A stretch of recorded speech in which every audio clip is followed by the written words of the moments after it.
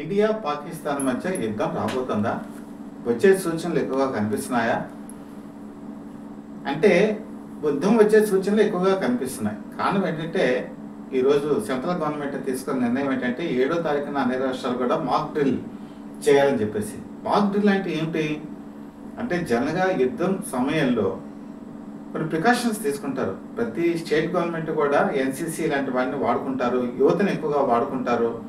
ముఖ్యంగా ఈ bus stations, shopping complex రద్దీగా ఉన్నటువంటి ప్రాంతాల్లో ఈ మాక్ డ్రిల్ అనేది చేస్తారు. మాక్ డ్రిల్ అంటే యుద్ధ సన్నివేశాలు, యుద్ధ సమయాల్లో కొన్ని ఇన్సిడెంట్స్ని ఆర్టిఫిషియల్గా కల్పించి ఆ టైంలో ప్రజలు ఎలా రియాక్ట్ అవుతారు, ఎలా రియాక్ట్ కావాలనేది ఒక ట్రైనింగ్ అనమాట.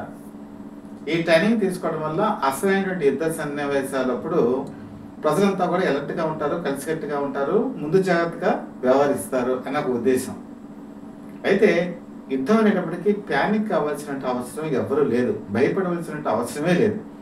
ఎందుకంటే ఒక్కసారి హిస్టరీలోకి వెళ్దాం. భారతదేశం ఎన్నో యుద్ధాన్ని చవిచూసింది. అంటే ఇండిపెండెన్స్ రాకముందు మొదటి ప్రపంచ యుద్ధం, రెండో ప్రపంచ యుద్ధం, first world war, second world war, ఈ రెండు యుద్ధాల్లో కూడా ఇండియన్ ఆర్మీ చాలా కీలకమైనటువంటి పాత్ర వహించింది. ఆ రోజు బ్రిటన్కి మనం చాలా చేయూతనిచ్చాం. ఆ చేయూతనిచ్చినందుకు అందులో ఒక ప్రతిఫలం అనుకోవచ్చు. మనకి ఇండిపెండెన్స్ రావడానికి కూడా అది ఒక వన్ ఆఫ్ ద రీజన్. మనం చేసిన సహాయం వల్లే బ్రిటన్ ఆ రోజు గట్టెక్కింది. మనం చూపించిన అసమాన ధైర్య సాహసాలు మన భారతదేశ జాతికి సొంతం. ఇది గర్వించదగిన విషయం. ఇండిపెండెన్స్ వచ్చిన తర్వాత కూడా మనం వార్స్ చూసాం. 1962లో చైనా వార్ చూసాం, 1965లో పాకిస్తాన్తో యుద్ధం చూసాం, 1971లో మళ్ళీ పాకిస్తాన్తో యుద్ధం చూసాం. సో కార్గిల్ వార్ వచ్చేప్పటికి అది లిమిటెడ్ అనుకోండి, అది మొత్తం భారతదేశం అంతా అనేటువంటి యుద్ధం కాదు. అంటే మొత్తం దేశవ్యాప్తంగా పాల్గొనేటువంటి యుద్ధం అయితే మాత్రం ఈ యుద్ధాలు. ఇక్కడ కూడా మీకు ఎలా ఉండేదంటే 1971 వార్ అంటే ఇప్పుడు వాళ్ళకి తెలియదు, ఆ జనరేషన్లో ఉన్న వాళ్ళకి తెలుస్తుంది. ఏదైనా ఒక వార్ ప్లేన్ పైన వెళ్తూ ఉంటే సైరన్ మోగంగానే ఏం చేసేవాళ్ళు అంటే నైట్ టైము మొత్తం లైట్స్ అన్ని కూడా ఆఫ్ చేసేవాళ్ళు, మొత్తం అంతా చీకటి. ఈ అప్పట్లో ఎలా ఉండేదంటే ఈ ఫ్లైట్స్కి రాడార్ సిస్టమ్ అనేది ఉండేది కాదు. కింద కనుక చీకటిగా ఉంటే వాళ్ళకి ఆ ప్లేస్ తెలిసేటువంటి అవకాశం లేదు. అందుకని ఇళ్లలో వాళ్ళందరూ కూడా లైట్లు ఆఫ్ చేసేసేవాళ్ళు. బహుశా 1971లో యూత్కి అయితే ఇది బాగా గుర్తుంటుంది, ఇప్పుడు వాళ్ళు ఓల్డేజ్కి వచ్చి ఉంటారు. అలాగే 1965 వాళ్ళలో మనకు క్రిటికల్ క్రైసిస్ ఎదుర్కొన్నాం. లాల్ బహదూర్ శాస్త్రి ఆ రోజు ఆయన ప్రైమ్ మినిస్టర్. మనకి మెయిన్ ఈ ఫుడ్ ఐటమ్స్ బాగా తక్కువగా ఉన్నాయి యుద్ధం సమయానికి, ఎందుకంటే మనం అన్ప్రిపేర్డ్గా ఉన్నాం. మనం అప్పుడు జై జవాన్ జై కిసాన్ అని చెప్పేసి ఒక నినాదం ఉంది. ఆ నినాదం ఏంటంటే వారంలో ఒక రోజు, ఆ రోజు మోస్ట్ ప్రాబబ్లీ సోమవారం నాడు ప్రతిరోజు రాత్రిపూట భోజనం మానేసేవాడు. ఆయన పిలుపునిచ్చారు, ఒకరోజు మీరు త్యాగం చేయండి వారంలో అని చెప్పేసి. స్వచ్ఛందంగా చాలామంది ఏం చేసేవాళ్ళు అంటే వాళ్ళు ఫుడ్ అనేది తింటా మానేసేవాళ్ళకు, వృద్ధులు లేకపోతే పేషెంట్లు ఇలాంటి వాళ్ళు తీసుకునేవాళ్ళు, చిన్నపిల్లలు ఇలాంటి వాళ్ళు తప్ప మిగతా వాళ్ళంతా స్వచ్ఛందంగా ఆ రోజు వాళ్ళు హంగర్ స్ట్రైక్ అంటారు కదా, అలాగా హంగర్ స్ట్రైక్ అనుకోవచ్చు, లేకపోతే నిరాహార దీక్ష అనుకోవచ్చు, ఏదైనా వచ్చి అలా చేసేవాళ్ళు. ఎందుకంటే భారతదేశం కోసం, భారతదేశం గురించి ప్రజలు త్యాగం చేయాలి అన్నప్పుడు త్యాగం చేశారు వాళ్ళు.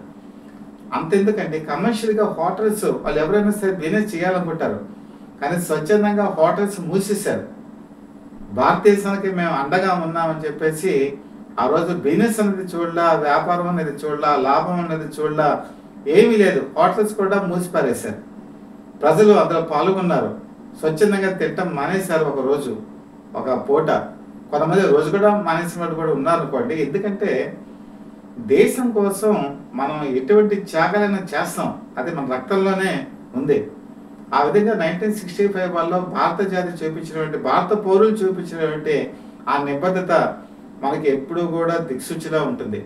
ఆ రోజు కనుక చూసుకుంటే 1962 వార్, చైనా వార్లో మనకి ఫండ్స్ కావాలి, మన జవాన్లకి ఫండ్స్ కావాలి. 1965లో కూడా అంతే, 1971లో కూడా అంతే.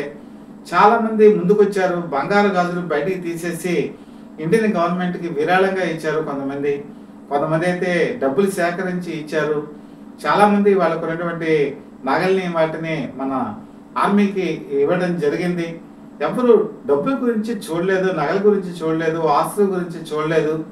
మన దేశం నిగర్వంగా ఎంత నిబద్ధతతో ఉంటుందో ప్రజలు కూడా అదే విధంగా ప్రవర్తించారు. భారత జాతి ఏక తాటిపై నడిచింది. ఆ రోజు గవర్నమెంట్కి మనం తోడున్నాం, ముందుకు నడిచాం, అద్భుతమైన విజయాలు మనం చవిచూసాం.